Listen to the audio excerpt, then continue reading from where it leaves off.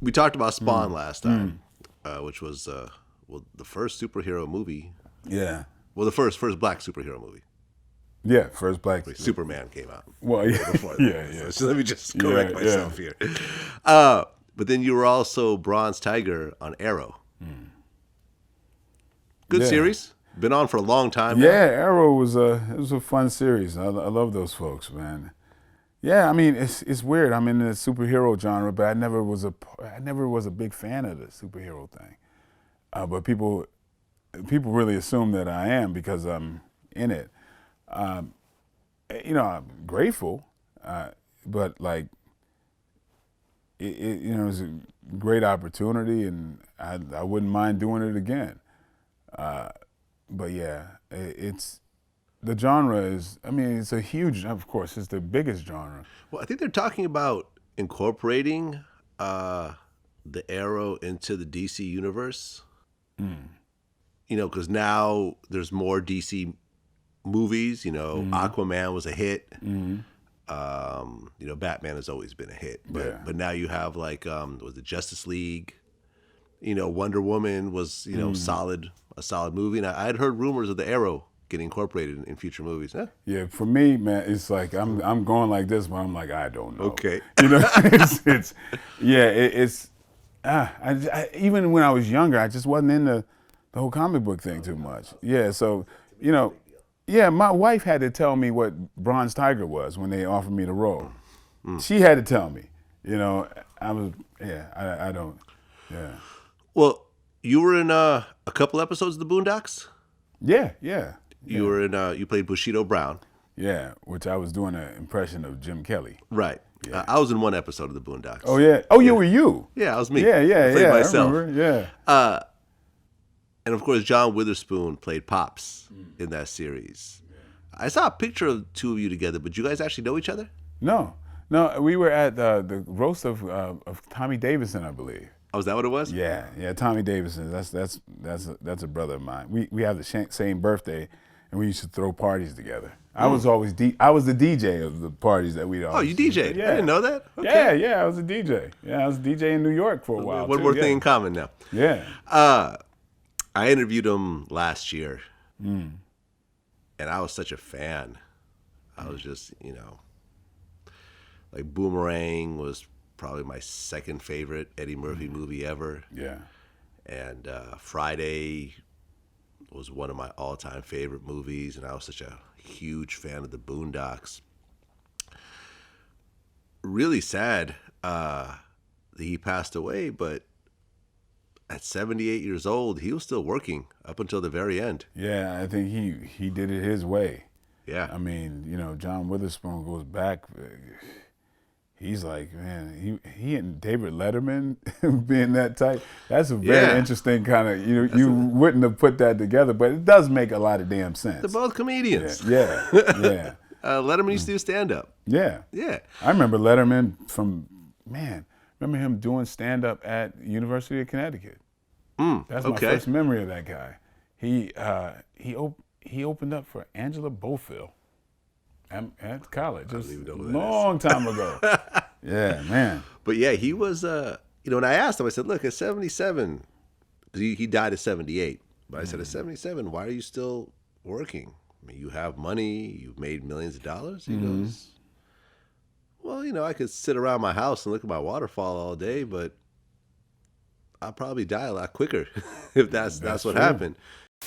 What keeps you going all these years? Because most 76-year-olds would probably be retired by now. Money. I like that cash. Keep you alive. If I had to get up now, forget doing an interview like this, I'll be sitting at home by my waterfall. If I didn't come and do this. And now tomorrow I got to drive to Oxnard. I'm working in Oxnard Improv. Thursday, Friday, Saturday. So and it's the cash, and to stay alive, And he had a crazy touring schedule. Yeah. Like he was literally, I think, on his way to a show when he had a heart attack and died. He was packing or something. I was surprised because I know he kept physically fit.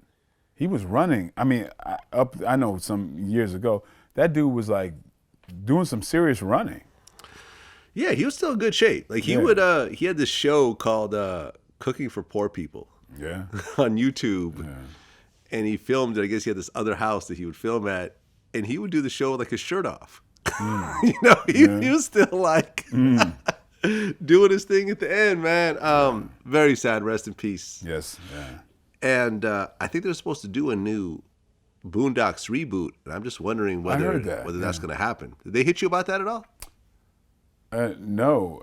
They haven't hit me either. Yeah, I don't know. It's, Too bad. These reboots, I not really. Well, there was a talk of a Spawn reboot, and I guess you had talked to Todd McFarland about it, and he said that he wants to do it. And then what? Well, okay, there's a lot of things I don't completely understand. First of all, Todd McFarland, I've never known him to direct anything.